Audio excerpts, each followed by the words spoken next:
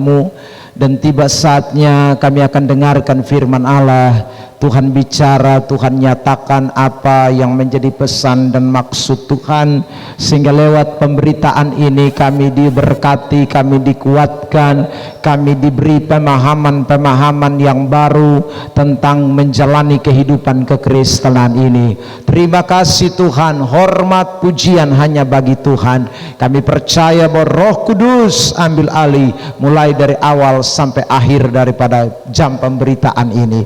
Dalam nama Tuhan Yesus Kristus, kami semua yang siap diberkati dengan firman Tuhan, sama-sama dengan saya kita katakan amin. Silakan duduk Bapak Ibu Saudara.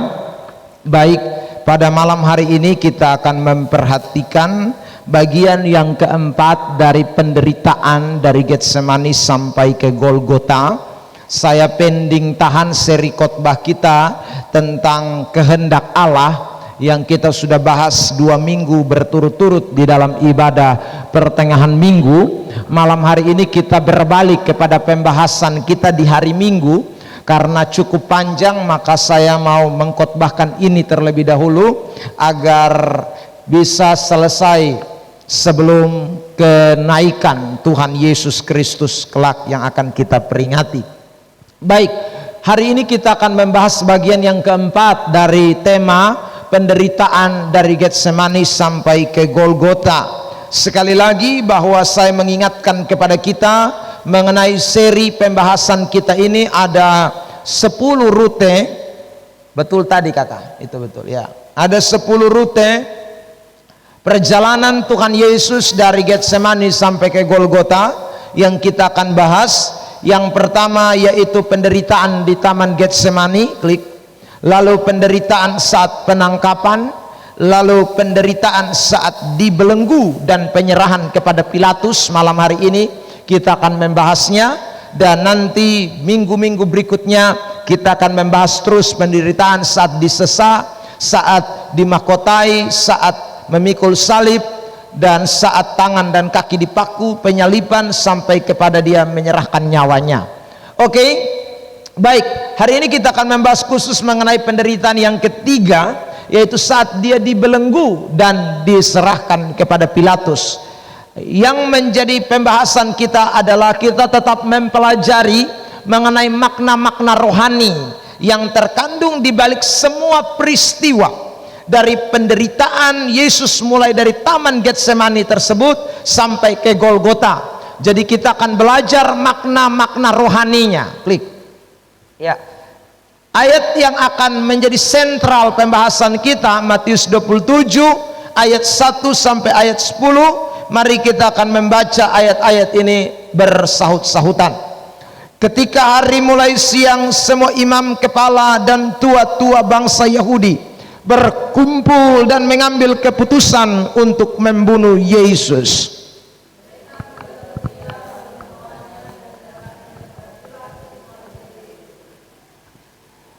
Pada waktu Yudas yang menyerahkan dia melihat bahwa Yesus telah dijatuhi hukuman mati, menyesallah ia.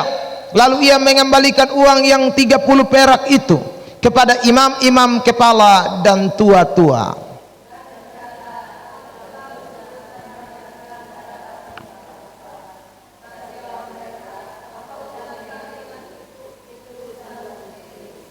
Maka ia pun melemparkan uang perak itu ke dalam bait suci, lalu pergi dari situ dan menggantungkan diri.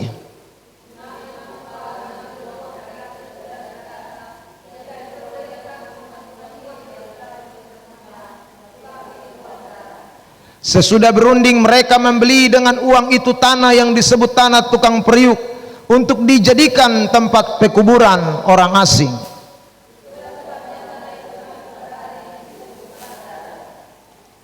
Dengan demikian genaplah firman yang disampaikan oleh Nabi Yeremia. Mereka menerima 30 uang perak, yaitu harga yang ditetapkan untuk seorang menurut penilaian yang berlaku di antara orang Israel.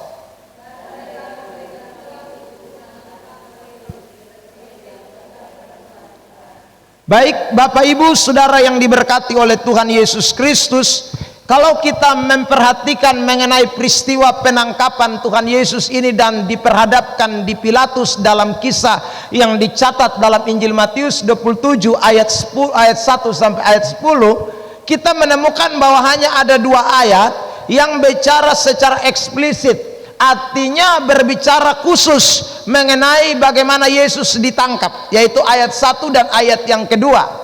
Tetapi nanti kita membaca di ayat 3, 4, 5 sampai dengan ayat 10, itu cenderung Yesus tidak lagi dibicarakan di sana. Yang dibicarakan adalah bagaimana kronologis Yudas menyerahkan Tuhan Yesus, dan kemudian bagaimana para imam dan Yudas itu kemudian menyesal. Kemudian ada sebuah komunikasi antara Yudas dengan para imam. Itulah yang kita ketemukan di dalam ayat 3 sampai dengan ayat yang ke-10. Karena itu Bapak Ibu Saudara yang diberkati, pada kesempatan malam hari ini saya tidak membahas soal bagaimana penderitaan Yesus waktu dia ditangkap atau pada waktu dia diperhadapkan dengan Pilatus. Tapi malam ini saya lebih menyoroti soal tentang Yudas dan para imam yang menjadi provokator di balik daripada penangkapan Tuhan Yesus. Jadi ada pelajaran-pelajaran menarik yang kita bisa petik, sehingga dalam kita menyongsong Jumat Agung besok dan juga perayaan kematian Tuhan Yesus yang kita kenal besok Jumat Agung ini betul-betul menjadi sesuatu pembelajaran sekaligus peringatan lah, warning buat kita supaya kita hati-hati sehingga kita tidak jadi seperti Yudas dan juga para imam yang jadi alat di tangan setan, yang jadi alat yang diperdaya oleh setan, sehingga saudaraku, hidup mereka bukan untuk Tuhan tapi hidup mereka dipakai oleh setan. Nah, apa saja pelajaran-pelajaran yang kita mau perhatikan? Klik. Yang pertama, ternyata kita menemukan pembelajaran yang pertama dari kisah ini adalah bahwa pemberesan itu harus terjadi 2 arah. Ya, dalam kisah ini kita akan menemukan bahwa Tuhan menghendaki adanya pemberesan 2 arah. Tetapi dalam kisah Yudas tidak melakukan yang namanya pemberesan 2 arah. Klik ayat yang menjadi kesimpulan saya. Matius 27 ayat yang ketiga. Perhatikan. Pada waktu Yudas yang menyerahkan dia melihat bahwa Yesus telah dijatuhi hukuman mati, menyesallah ia. Ini bagus ya. Jadi waktu dia lihat Yesus diserahkan, ini dia tahu ini dosa, ini beta serahkan anak Allah ini, ini kejahatan besar, ini sesuatu yang tidak menyenangkan, ini sesuatu yang menyakiti hati Bapa di sorga, ini dosa besar, saudara. Dan kemudian dia sadar, dia menyesal, dikatakan. Tetapi Bapak Mama Saudara perhatikan ayat yang saya garis bawahi dan saya beri tanda merah di dalam slide ini.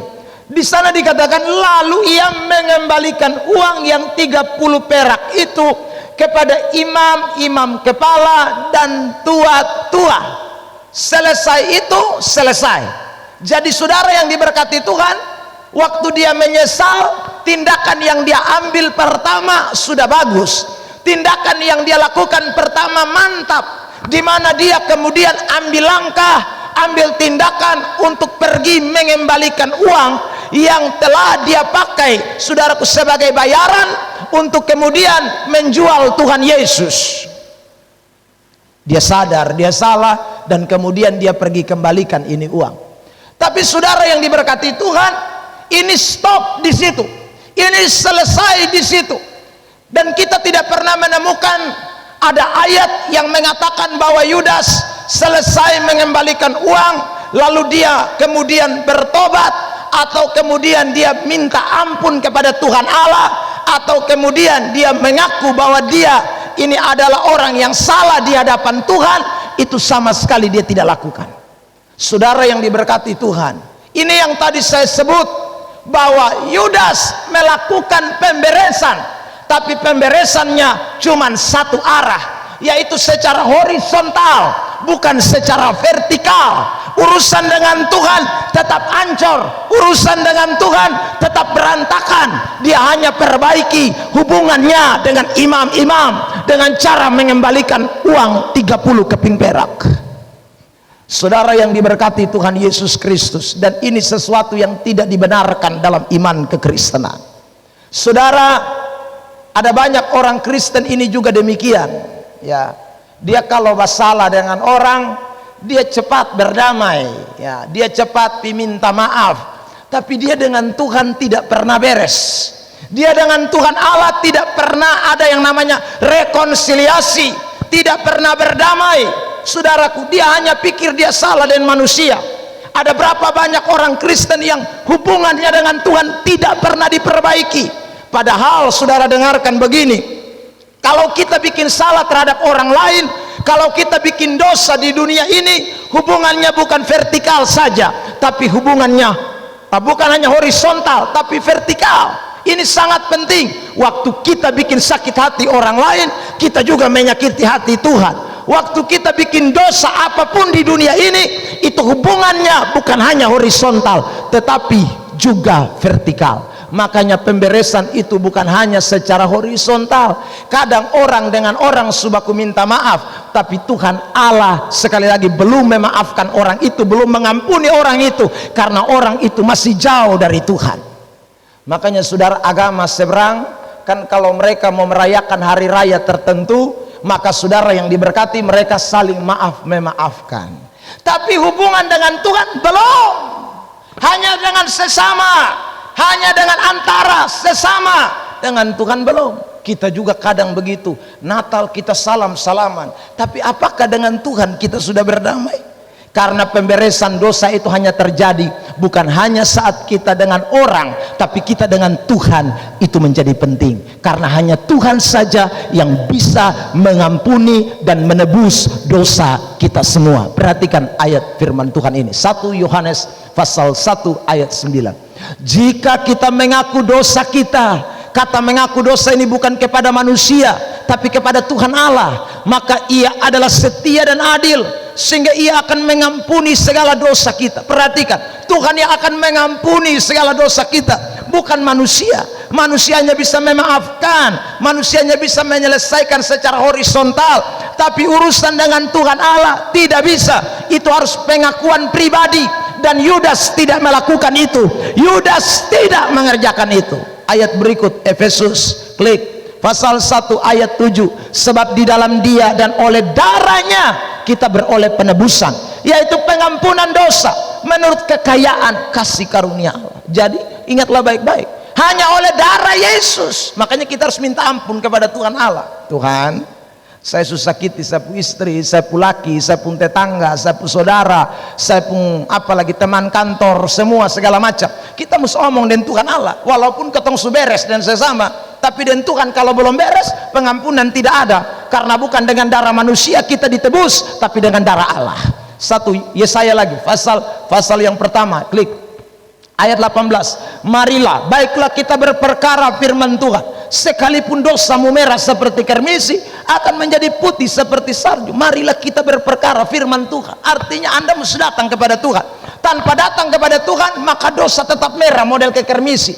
Mau selesai dengan adat, selesai dengan cara manusia model kayak apapun, tapi kalau dengan Tuhan Allah belum selesai, tidak bisa, merah tetap. Makanya penting sekali, saudara, hari ini kita harus sadar bahwa pemberesan dua arah itu penting. Makanya Yudas mesti masuk neraka. Karena apa?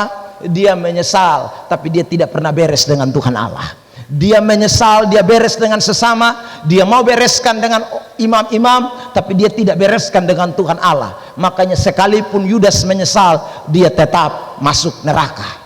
Saudara, itu penting sekali. Karena itu hari lepas hari ingatlah baik-baik. Ada orang bilang, beta sontau gereja, mau beta sontau bamara dan orang. Wah, salah. Kalau kau tidak berdamai dengan Tuhan Allah, mau baik dan semua orang, tetap di hadapan Tuhan lu bakles, ya. Mau kemana pun, kalau tidak pernah berdoa, mau bikin baik 1000 kali, Anda dan Tuhan tetap hancur hubungannya, ya. Karena dosa tidak bisa dihapus dengan perbuatan baik.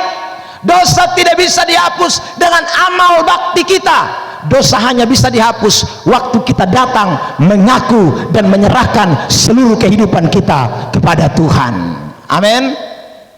Amin. Nah, makanya jangan pemalas ibadat, karena semakin Anda ibadat, Anda bisa omong dengan Tuhan Allah. Semakin orang jauh dari Tuhan, dia pun dosa ini tak tumpuk terus. Karena bagaimana Anda bisa beres dengan dosa? Saya ulang, sekalipun hidup tiap hari baik, hidup tiap hari sone ada salah, boleh katakan begitu, ya. Apalagi yang salah-salah banyak, ya. Tapi kalau Anda tidak datang kepada Tuhan, tidak ada yang bisa kasih pengampunan kecuali hanya Tuhan. Mau menyesal, menangis darah 1000 kali, kalau tidak datang kepada Allah, tidak ada pemberesan. Hanya Tuhan saja yang bisa mengampuni dosa saudara. Makanya waktu kita bikin salah, jangan lari dari Tuhan Allah, justru potong musdeka dengan Tuhan Allah, kan. Makanya saudara yang diberkati, waktu Adam dan Hawa jatuh di dalam dosa, kan, dong mau sembunyi, Tuhan Allah bilang mari, sebab bosong kalau sembunyi bosong mati dalam dosa. Mana bisa, sekalipun lu dan lupu istri sonde bakalai bosong dua subai, meskipun tadi pertama bertengkar, satu ke salah satu, bosong dua selesai mah beta dan Tuhan Allah belum. Ini kita harus catat baik-baik. Kedua, apa pelajaran rohani yang kedua? Kedua, kita tidak boleh jadi orang Kristen yang apatis terhadap orang yang mau bertobat. Saudara, dalam tanda kutip, kalau kita membaca ayat dalam Matius 27 ini, kita lihat sebenarnya ada niat baik dari seorang yang bernama Yudas. Klik ayat ini.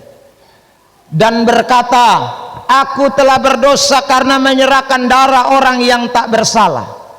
Tetapi jawab mereka, apa urusan kami dengan itu? Itu urusanmu sendiri. Jadi Yudas ini datang, lalu Yudas omong di imam-imam, wih beta ini susah lah, beta berdosa, beta serahkan nyawa orang yang tak bersalah. Tapi imam-imam bukan bilang begini, mari kok kita selesaikan secara baik-baik. Tidak, justru imam-imam bilang begini, apa urusan kami dengan itu? Itu urusan kamu sendiri. Ini sikap apatis, sikap cuek, sikap tidak peduli, sikap malas tahu. Dan ini tidak benar, saudara. Orang Kristen tidak boleh apatis, tidak boleh cuek, tidak boleh malas tahu dengan sesama. Saudara yang diberkati Tuhan. Tapi dalam kisah ini, imam-imam memberikan sesuatu yang tidak baik, pelajaran yang kita harus betul-betul tandai. Kalau saya jadi Kristen tidak boleh model kayak begini, tutup pintu buat semua orang. Saudara yang diberkati Tuhan, ada berapa banyak orang Kristen sukar sekali lepaskan pengampunan buat orang lain, bersifat apatis, tidak mau mengampuni orang lain. Saudara, itu kita jadi orang Kristen sama ke imam-imam kepala. Yudas sudah datang, Yudas bilang, weh beta berdosa, beta nih suserakan nyawa orang yang tak bersalah. Seharusnya kan sebagai orang yang beriman, imam-imam yang tahu Alkitab, harusnya saudaraku rangkul, sudah harusnya damai, sudah selesaikan, sudah. Lain hal kalau Yudas sudah datang, kan, ini Yudas sudah datang, Yudas buka diri, saudaraku. Tapi imam-imam justru menutup diri. Dalam hidup kekristenan ini juga banyak demikian. Berapa banyak orang Kristen yang kita datang buka diri, orang datang buka diri, tapi dia tutup diri, Jumat dipunya macam ke batu piak, saudara. Bahkan ada yang suka kasih keluar bahasa, dia sampai 7 turunan beta son akan kenal dia. Dia sombong mau mati, 7 turunan, saudaraku. Pokoknya beta son akan mau baik dengan dia. Pokoknya dia karmana pun dia tuh pokoknya semua habis. Ya. Orang seperti ini sama kayak ini ahli-ahli Taurat, imam-imam. Ini orang yang apatis, menutup diri. Padahal saudara yang diberkati Tuhan, Yesus saja waktu dia ada di Golgota, waktu dia ada disalibkan, ada orang yang penjahat itu. Tapi waktu itu penjahat bilang, ingat aku, kau orang tidak berdosa, aku berdosa Tuhan Allah. Saudaraku, Yesus bilang apa? Hari ini juga engkau bersama-sama dengan aku di Firdaus. Yesus tidak apatis, Yesus tidak tutup diri, Yesus tidak bilang, "Weh lu neraka, lu sana bisa lain, lu sana ada kesempatan." Tidak ada itu bahasa. Yesus justru buka diri. Yesus ketemu dengan perempuan berzina, dan waktu Yesus khotbah itu perempuan berzina mau terima Yesus. Yesus bilang, "Datang, lu meskipun kotor, manusia lihat lusa jelas, manusia lusa lihat sebelah mata, tapi beta Tuhan Allah terima lu." Saudaraku, itu sikap yang harus dimiliki oleh orang Kristen. Tuhan kan sudah mengampuni kita, masa kita kalau dendam dengan orang, marah dengan orang, kok terlalu sekali. Saudara yang diberkati Tuhan, sampai-sampai ada yang bilang, "Dia pembayangan juga betasan mau lihat." Nah, itu lebih sadis. Bayangan juga sana mau lihat, ya. Apalagi dia muka bayangan sana mau lihat. Atau ada orang kalau sebut itu orang punama, dia rasa, lu jangan ngomong dia punama, lu jangan, tapi pun telinga ini berdiri. Hai, lu kenapa? Lu ada tas salah sedikit, urat putus. Saudara yang diberkati oleh Tuhan, kita ini kadang-kadang jadi orang Kristen tapi tidak paham kebenaran. Kita masuk gereja, keluar gereja, dengar firman bolak-balik, tapi botong pun tutup diri ini tak lalu. Botong anggap botong lebih baik dari semua orang. Botong santau kalau botong pun kaliru juga ada banyak nih. Dengar nih ayat, saudara, klik. Sabar, beta kutip dulu ini komentari dari Pulpit. Dia mengatakan begini: bersempati pada pertobatan adalah kewajiban dan hak orang Kristen. Mengejek dan mencemoohkan orang berdosa yang mau bertobat itu adalah sesuatu yang sangat jahat. Jadi orang kalau mau minta maaf baru botong tutup pintu memaafkan, itu botong ini orang jahat. Alkitab, ini komentari mengatakan, saudara, kita pun hak, kita pun kewajiban itu sekali lagi terima orang, ya, mengampuni orang lain, bukan justru mencemooh orang lain. Kan banyak ayat di dalam Alkitab. Saya tunjuk banyak ayat ini malam. Klik, saudara lihat. Kolose 3 ayat 13. Sabarlah kamu seorang terhadap yang lain, dan ampunilah seorang akan yang lain apabila yang seorang menaruh dendam terhadap yang lain, sama seperti Tuhan telah mengampuni kamu, kamu perbuat jugalah demikian. Jadi kalau ada dendam, itu ayat bilang ampunilah, ya. Artinya apa? Buka pintu pertobatan buat orang lain, buka kesempatan kedua. Kalau kesempatan kedua dia son mau, ya mau bilang apa, serahkan sama Tuhan toh. Tapi paling tidak dia sudah datang minta maaf, ya kita mau selesaikan dengan baik-baik. Klik, saudara. Matius 6 ayat 14, doa yang kita suka naikkan. Ini saya sudah bahas juga. Karena jikalau kamu mengampuni kesalahan orang, Bapamu yang di sorga akan mengampuni kamu juga. Klik, ya, ayat 15. Tetapi jikalau kamu tidak mengampuni orang, Bapamu juga tidak akan mengampuni kesalahanmu. Saudara yang diberkati Tuhan. Jadi Yudas dengan imam-imam ini 11-12 sama dengan, ya, Yudas datang ketemu dengan imam-imam tapi tidak ketemu Tuhan. Imam-imam, saudaraku, ketemu Yudas tapi sekali lagi tutup diri buat Yudas. Ini 11-12. Ada orang Kristen yang model begitu, pi gereja terus tapi tutup diri buat orang juga terus, ya, non stop melayani terus, tapi sekali lagi minta pengampunan, lepas minta ampun sulit mau mati. Aduh, orang model begini nih, dia pun dosa ada tertumpuk banyak ini manusia sadar. Menurut Matius 6 ayat 14-15, ya kan?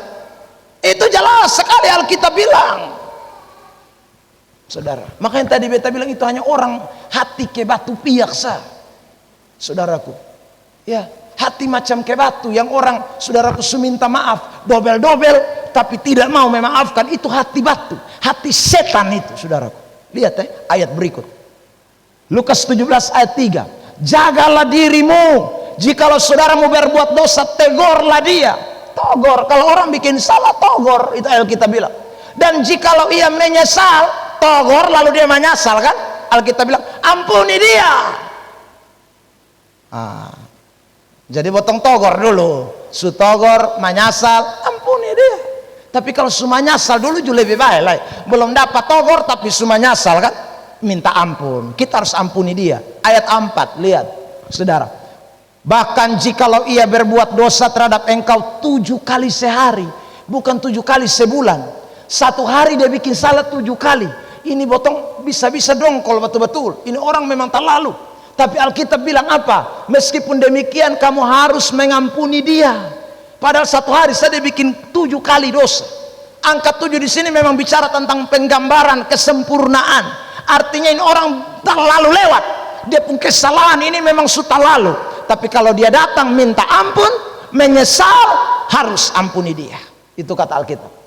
Aku menyesal, engkau harus mengampuni dia. Itu dikatakan jelas ayat 4. Nah, jadi kalau dia datang dan berkata, Bapak, beta menyesal, beta sudah bikin salah nih. Wih, maka botong son bisa tutup diri, ya, saudara. Terima, botong ampuni dia. Ya. Lain kalau kepala batu, kan ada orang kepala batu, sudah tahu salah tapi son tahu bikin diri kebenaran, itu berat. Saudaraku yang diberkati. Tapi kalau Alkitab bilang dia semua nyasal, dia datang, ampuni dia, ampuni dia, ampuni dia, kata firman Allah. Karena itu dengarlah baik-baik, jangan apatis kepada orang, selalu beri kesempatan kepada orang lain, ya. Buka diri, saudara. Kalau orang memaafkan kita, kita pun harus memaafkan orang lain. Kalau Bapa di sorga memaafkan kita, mengampuni kita, kita pun harus mengampuni orang lain. Klik ayat berikut lagi, Efesus 4 ayat 31 dan 32. Segala kepahitan, kegeraman, kemarahan, pertikaian dan fitnah hendaklah dibuang. Itu dibuang dari antara kamu. Demikian pula segala kejahatan. Jadi yang namanya kemarahan tidak boleh ada, fitnah tidak boleh ada, saudaraku. Pertikaian tidak boleh ada, itu buang. Jangan simpan, buang, kata Alkitab. Sebab kalau tidak buang berat, dia akan terus membawa kehidupan kita kepada kejahatan. Ayat 32, klik. Tetapi hendaklah kamu ramah seorang terhadap yang lain, penuh kasih mesra dan saling mengampuni, sebagaimana di dalam Kristus telah mengampuni kamu. Ya, saudara, kita ini memang jadi orang Kristen harus ramah terhadap orang lain, ya. Saudara, harus mesra, harus saling mengampuni satu dengan yang lain, ya. Tapi kalau kita jadi orang Kristen sama kayak khotbah hari Minggu kemarin, ciuman kita ciuman palsu, Yudas Iskariot yang cium sungguh-sungguh, tapi sebenarnya dia penuh dengan pengkhianatan. Jangan, saudara. Itu maka kita akan jadi orang Kristen yang simpan dendam, amarah, kepahitan, kita tidak buang-buang. Ya. Kalau itu sudah ada dalam hidup kita, maka hidup kekristenan kita ini jadi tidak karu-karuan, hancur, berantakan. Kisah ini kiranya menolong kita sekalian. Klik. Ketiga, apa pelajaran rohani yang kita petik? 1, ingat baik-baik, hubungan beres 2 arah. 2, jangan apatis, kalau orang minta maaf mesti cepat memaafkan. Ketiga, jangan putus asa dan salah langkah dalam menghadapi masalah. Saudara yang diberkati Tuhan, masalah dalam hidup ini selalu ada, tetapi yang menentukan adalah bagaimana kita mengambil sikap, ya. Kalau kita putus asa, kalau kita, saudaraku, jadi orang Kristen yang kecewa terus menerus, hadapi persoalan kecewa, putus asa, kecewa, putus asa, lama-lama kita ambil salah langkah. Itu yang Yudas lakukan. Sebenarnya tindakan menyesal baik, sebenarnya tindakan datang kepada para imam sudah baik, sekalipun imam-imam menutup diri.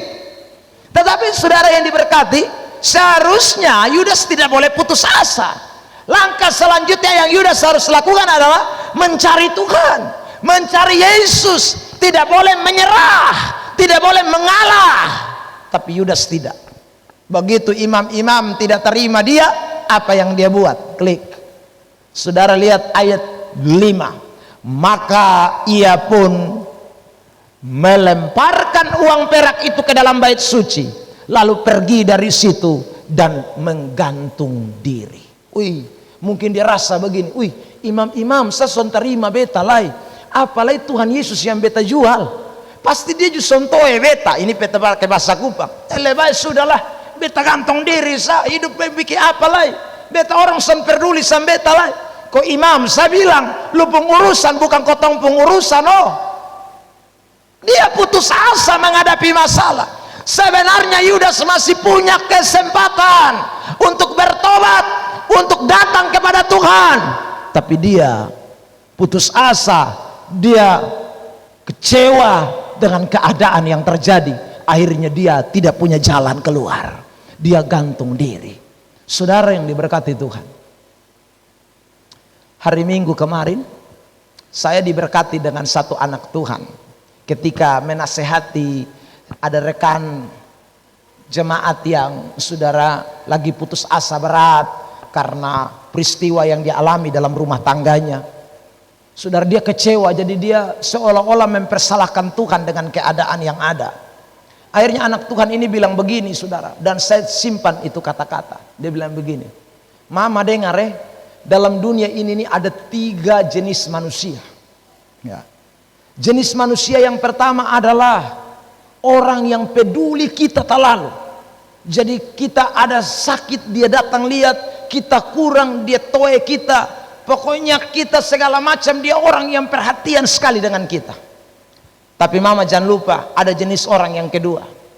Orang jenis kedua itu adalah dia son suka lu sama sekali. Lu bagarak, dia son suka, lu tidur, dia son suka. Pokoknya lu bikin apa saja di depan mata, salah semua. Ada orang jenis kedua itu. Yang ketiga, itu hamba Tuhan bilang, "Mama dengar, ada orang jenis ketiga. Ini orang cuek dengan kita. Lu mau kepala naik di atas, kepala di bawah, dia sontoe lu. Pokoknya dia malas tahu, dia cuek. Tapi dia juga tidak sakit hati dan lu, dia tidak peduli lu, dia tidak tolong lu, tapi bukan berarti dia benci, tidak. Tapi ini orang tipe orang cuek." Nah, ini tipe 3 manusia ini kita ketemu dalam ini dunia. Kita tidak bisa bilang tidak. Lu mau hidup karmanapun, dimanapun, ini manusia 3 ini mesti ada. Saya pulang dan saya renungkan, betul Tuhan Allah ya saudaraku, ini tipe manusia 3 ini memang kita harus bisa hindari. Tidak ada semua orang bilang kasihi dia, semua rangkul dia, semua senang dan dia. Oh itu saudaraku, Tuhan Yesus yang baik, son ada yang begitu dan dia. Ada juga yang son suka dan dia. Ada juga yang cuek, ada juga yang malas tahu. Tapi hari ini saudara dengar baik-baik apa yang dikatakan Alkitab.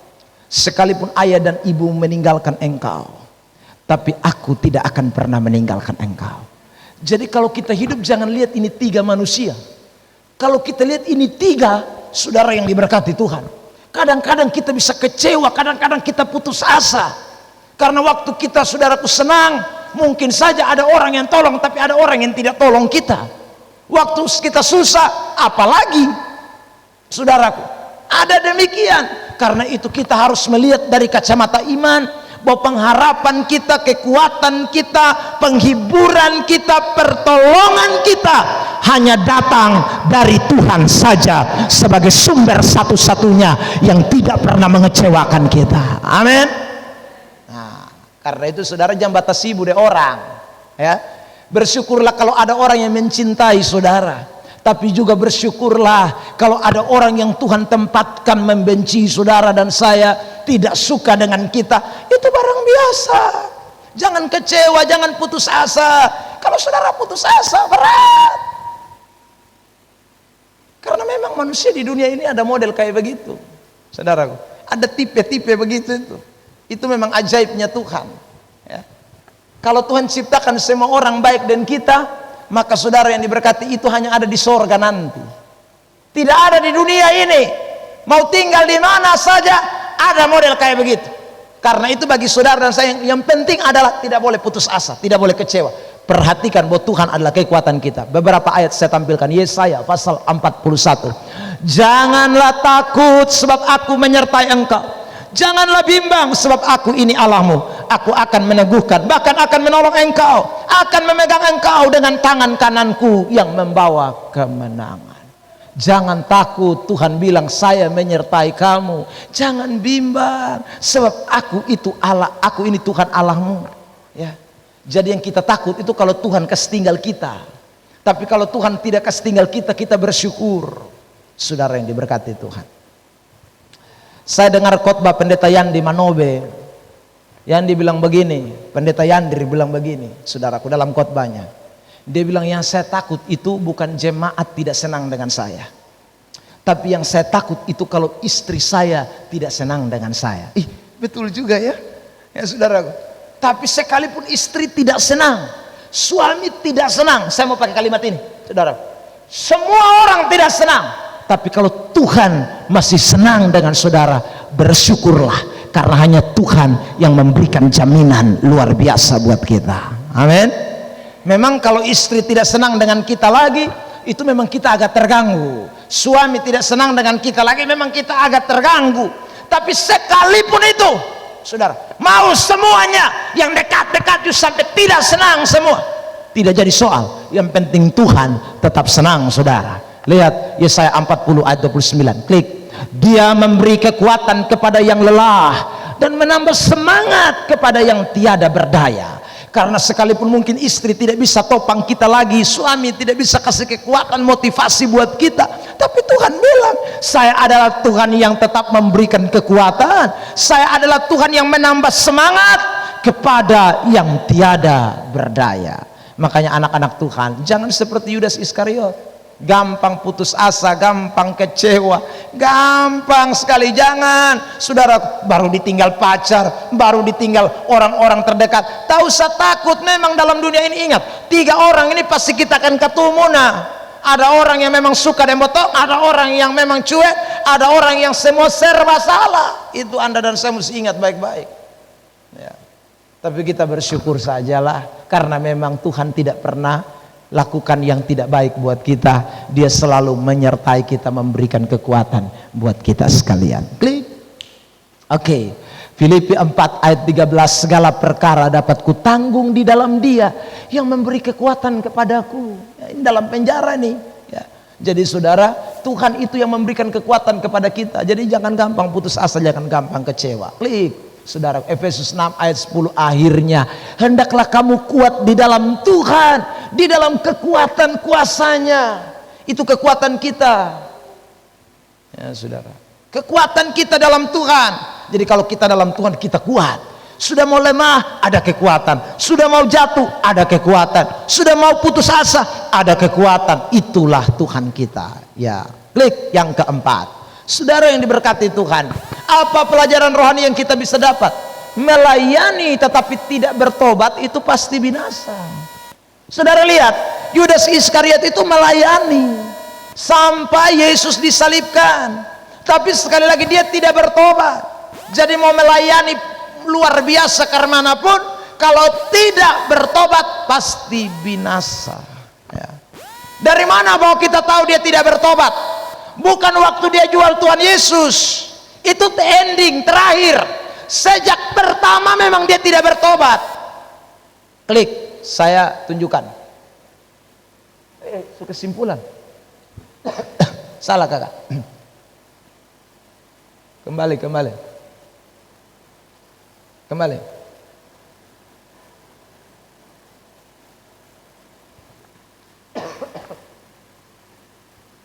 Ya, 4. Mengapa kita ketahui dia tidak bertobat? Lihat ya, Matius 27 ayat 5. Kalimat yang dikatakan dengan menggantung diri itu membuktikan bahwa dia memang tidak bertobat.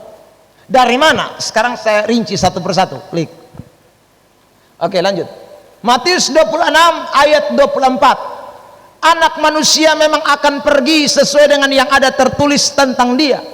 Akan tetapi celakalah orang yang olehnya anak manusia itu diserahkan. Adalah lebih baik bagi orang itu sekiranya ia tidak dilahirkan. Ini ayat bicara tentang Yudas. Jadi Tuhan Allah bilang lebih baik ini orang tak usah lahir. Memang anak manusia itu akan diserahkan, tapi celaka orang yang menyerahkan dia. Itu kata Alkitab ya saudara.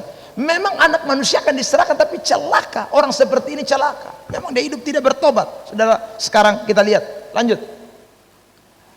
Yudas melayani tapi binasa. Kenapa? Yang pertama, klik.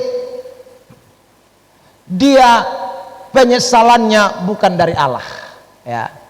Dia bikin dosa, tapi menyesalnya itu menyesal pura-pura.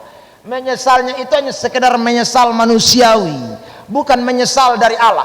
Kalau menyesal yang Allah buat, kata Alkitab, orang kalau menyesal karena Allah itu pasti akan mengalami yang namanya pertobatan. Saya kutip ayat 2 Korintus pasal yang ke-10. Klik. Ya. 2 Korintus 7 ayat 10. Sebab duka cita menurut kehendak Allah. Kalau duka cita itu kita ganti dengan kata menyesal menurut kehendak Allah.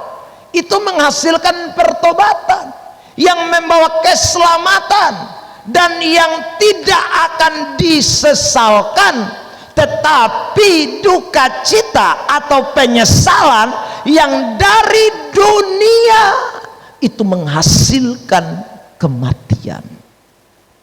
Jadi ada orang bikin dosa ini hari dia minta ampun, tapi besok kumat. Nah, itu berarti penyesalan yang bukan dari kehendak Allah. Itu bukan penyesalan menurut kehendak Allah. Karena menyesal menurut kehendak Allah, ini hari bertobat, mengaku menyesal, tidak ulang. Saudara, tidak bikin lagi, tidak ulangi lagi. Saudara yang diberkati Tuhan. Tapi kalau orang menyesal ini hari, nanti begitu kumat lagi, begitu kumat lagi, itu menyesal duniawi, dan itu akan membawa kematian, Bapak Mama Saudara. Makanya ingat baik-baik, kalau kita bikin dosa menyesal, itu jangan menyesal hanya menyesal duniawi. Menyesal duniawi itu apa? Mengasihi diri sendiri. Kenapa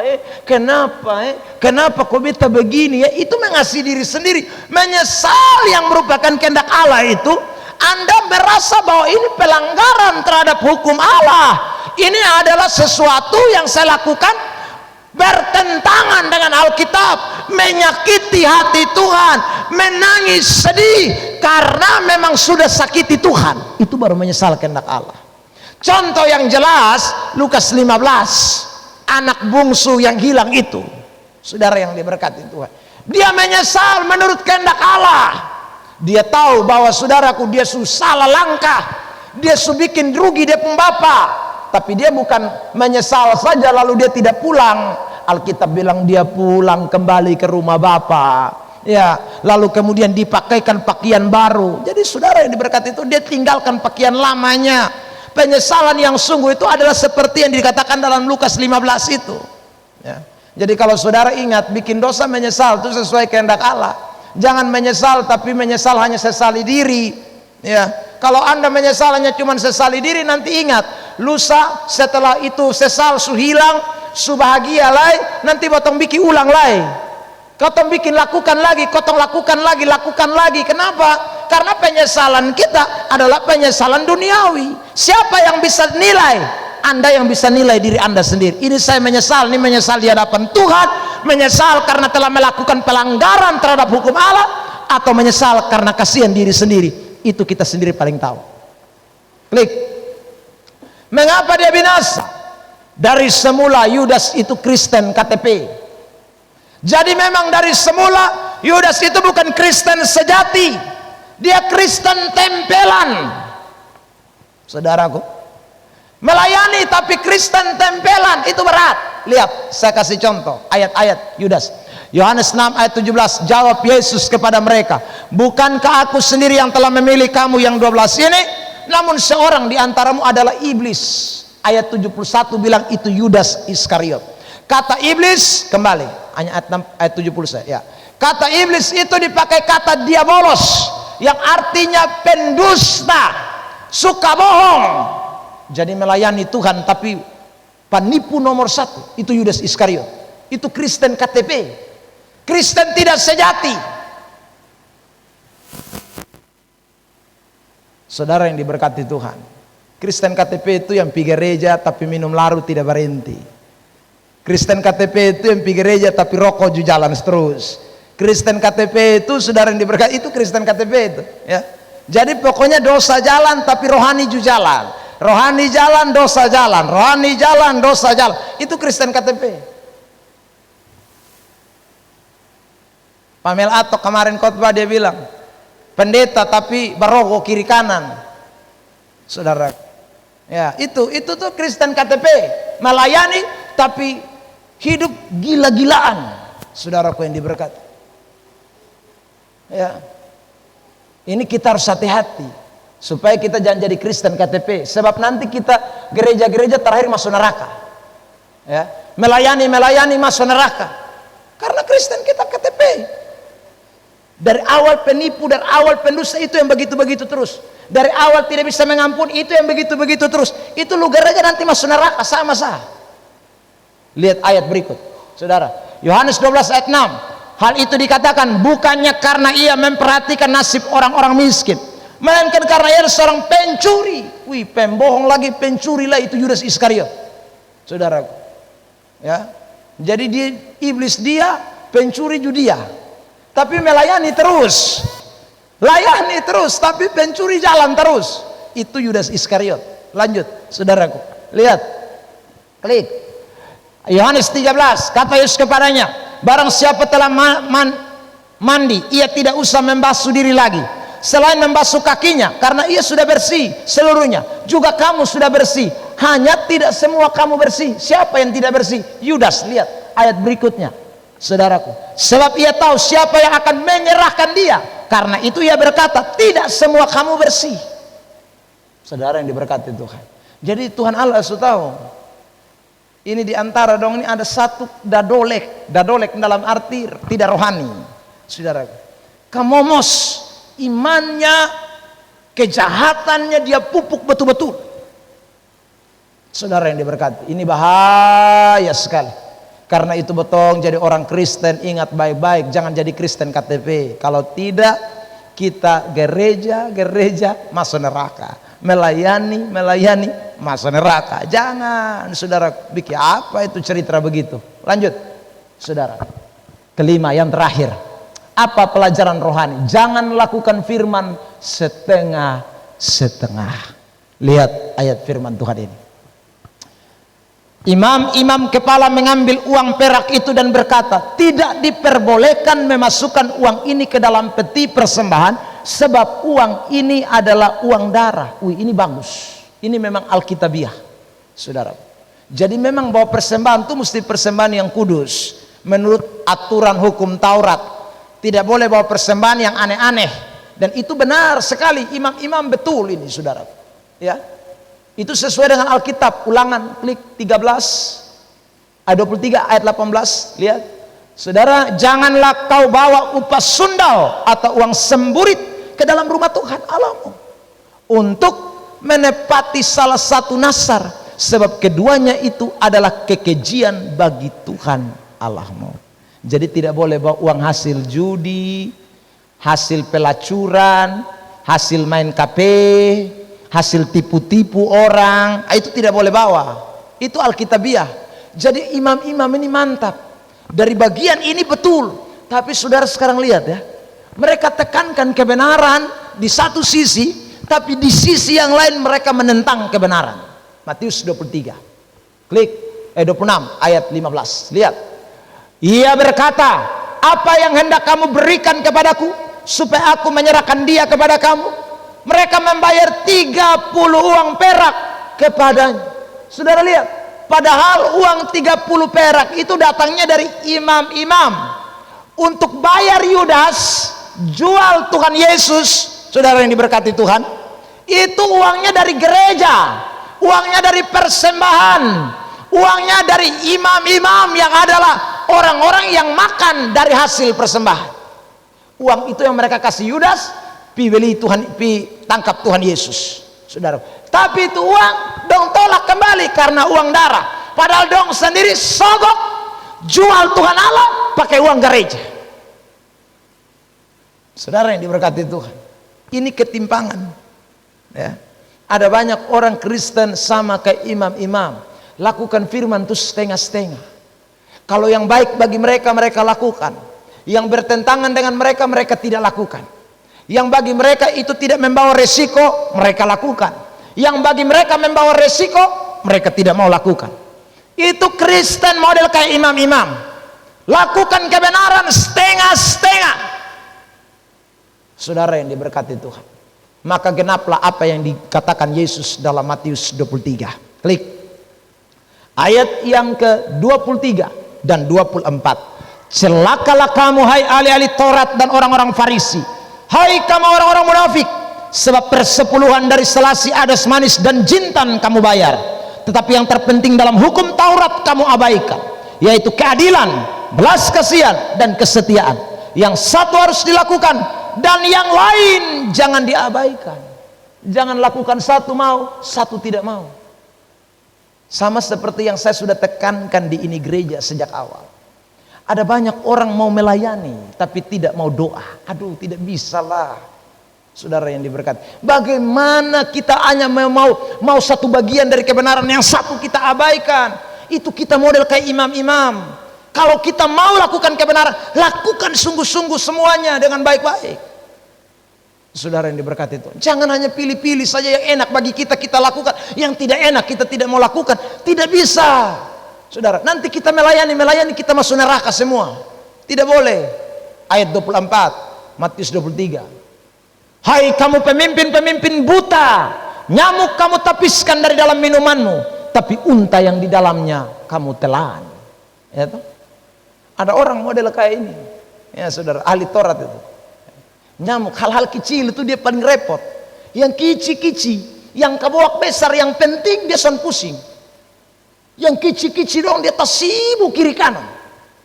Ini Kristen model begini nih, saudaraku. Kristen KTP, Kristen yang melayani tapi nanti masuk neraka. Makanya hari ini lewat ini khotbah saya berharap kita semua mulai sadarlah betapa pentingnya kita melakukan firman. Jangan sebagian-sebagian. Apa yang Tuhan omong mari bareng-bareng kita lakukan, saudaraku. Minta pimpinan Roh Kudus, tuntunan Allah Tritunggal, Roh Pengajar, Roh Hikmat membawa kita semakin hari lakukan kebenaran. Tunduk kepada firman supaya hidup kita betul-betul bertanggung jawab di hadapan Allah. Klik. Kesimpulan terakhir buat kita malam ini. Kesengsaraan Yesus dibelenggu dan dihadapkan ke Pilatus memberikan makna rohani yang dalam mengenai pengiringan kita, ya. Memberikan makna rohani yang dalam pada pengiringan kita agar jangan bersikap seperti Yudas dan imam-imam Yahudi dalam teks, dalam cerita, dalam naskah, dalam khotbah yang kita sudah dengarkan pada malam hari ini. Besok kita akan ketemu dalam ibadah Jumat Agung di part yang kelima atau bagian yang kelima. Kita akan membahas masih mengenai penderitaan Kristus, tapi besok pembahasan kita adalah, saudara, bagian yang keempat dari rute perjalanan Tuhan Yesus, yaitu bagaimana dia disesah dan dicambuk. Tuhan Yesus memberkati kita dengan firman Tuhan ini. Pemain musik maju ke depan dan kita mau bersyukur buat firman Allah. Haleluya, Yesus terlalu baik.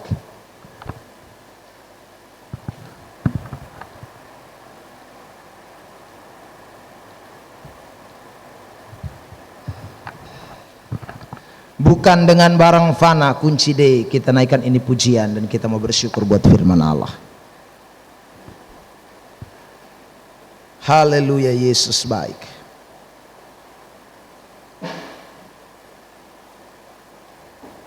Ku telah mati dan tinggalkan cara hidupku yang lama.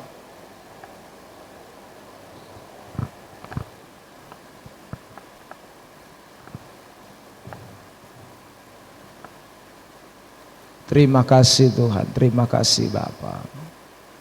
Haleluya, Jesus. Terima kasih Tuhan.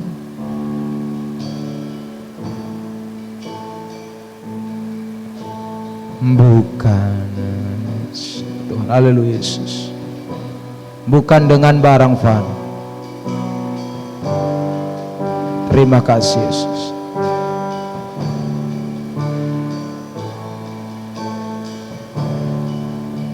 Bukan dengan barang fana kau dosaku, dengan darah yang mahal, dengan darah yang tiada noda dan celah, tiada noda dan celah. Bukan dengan emas perak, emas perak kau menebus diriku.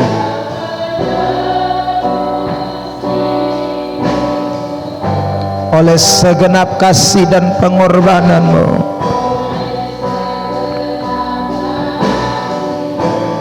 oh, dan ku telah mati dan tinggal cara hidupku.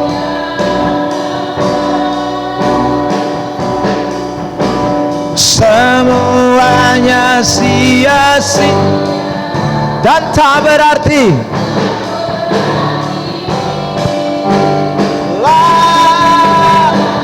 Hidup ini kuletakkan pada mezbamu ya Tuhan, pada mezbamu ya. Jadilah padaku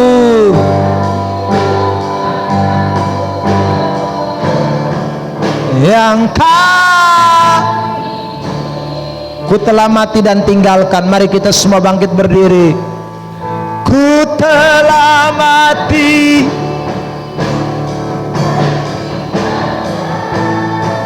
cara hidupku yang lama. Oh, semuanya dan tak berarti lagi Yesus.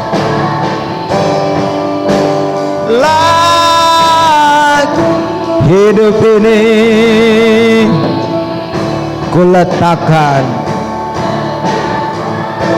pada mezbamu ya Tuhan.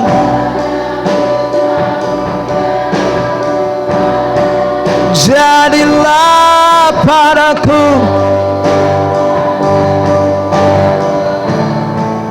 yang kau, jadilah padaku seperti yang kau ini. Dan dengan kasih Kristus Ibu Nelci akan berdoa mengucap syukur. Yang kau ingini. Mari kita berdoa. Bapa di sorga, Bapa dalam nama Yesus, kami patut bersyukur dan berterima kasih